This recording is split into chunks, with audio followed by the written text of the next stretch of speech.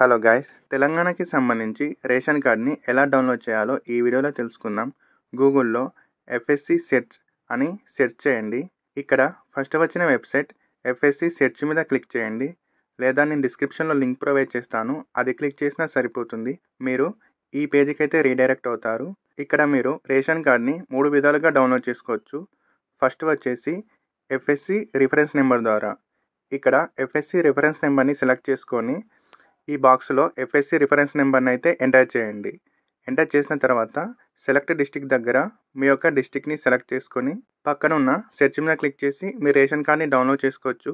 Second method వచ్చేసి కొత్త ration card number enter చేసి ఇక్కడ రేషన్ కార్డ్ నెంబర్ని సెలెక్ట్ చేసుకొని ఈ బాక్స్లో మీ యొక్క న్యూ రేషన్ కార్డ్ నెంబర్ని ఎంటర్ చేసి పక్కన ఉన్న సెర్చ్ మీద క్లిక్ చేసి డౌన్లోడ్ చేసుకోవచ్చు. థర్డ్ మెథడ్ వచ్చేసి ఓల్డ్ రేషన్ కార్డ్ నెంబర్ ద్వారా. ఇక్కడ ఓల్డ్ రేషన్ కార్డ్ నెంబర్ని సెలెక్ట్ చేసుకొని ఈ బాక్స్లో ఓల్డ్ రేషన్ కార్డ్ నెంబర్ని ఎంటర్ చేసి పక్కన సెలెక్ట్ డిస్ట్రిక్ట్ దగ్గర మీ యొక్క డిస్ట్రిక్ట్ని సెలెక్ట్ చేసుకొని పక్కనున్న సెర్చ్ మీద క్లిక్ చేసి మీరు డౌన్లోడ్ చేసుకోవచ్చు. నేను ఫర్ ఎగ్జాంపుల్గా న్యూ రేషన్ కార్డ్ నెంబర్ ద్వారా రేషన్ కార్డ్ని డౌన్లోడ్ చేయాలనుకుంటున్నాను. సో రేషన్ కార్డ్ నెంబర్ని సెలెక్ట్ చేసుకొని ఇక్కడ బాక్స్లో న్యూ రేషన్ కార్డ్ నెంబర్ని ఎంటర్ చేసి పక్కనున్న సెర్చ్ మీద క్లిక్ చేస్తున్నాను. క్లిక్ చేశాక నాకు రేషన్ కార్డ్ డీటెయిల్స్ అయితే వచ్చాయి. ఇక్కడ న్యూ రేషన్ కార్డ్ నెంబరు, పక్కన ఎఫ్ఎస్సి రిఫరెన్స్ నెంబరు, కింద ఓల్డ్ రేషన్ కార్డ్ నెంబరు, ఇలా మిగతా డీటెయిల్స్ చూసుకోవచ్చు.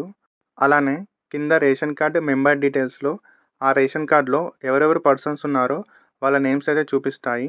ఈ రేషన్ కార్డ్ని మీరు ల్యాప్టాప్లో కానీ కంప్యూటర్లో కానీ సేవ్ చేయాలనుకుంటే Ctrl+P క్లిక్ చేసి ఇక్కడ సేవ్ మీద క్లిక్ చేసి పీడిఎఫ్ రూపంలో డౌన్లోడ్ చేసుకొని తర్వాత ప్రింట్అవుట్ చేసుకోవచ్చు.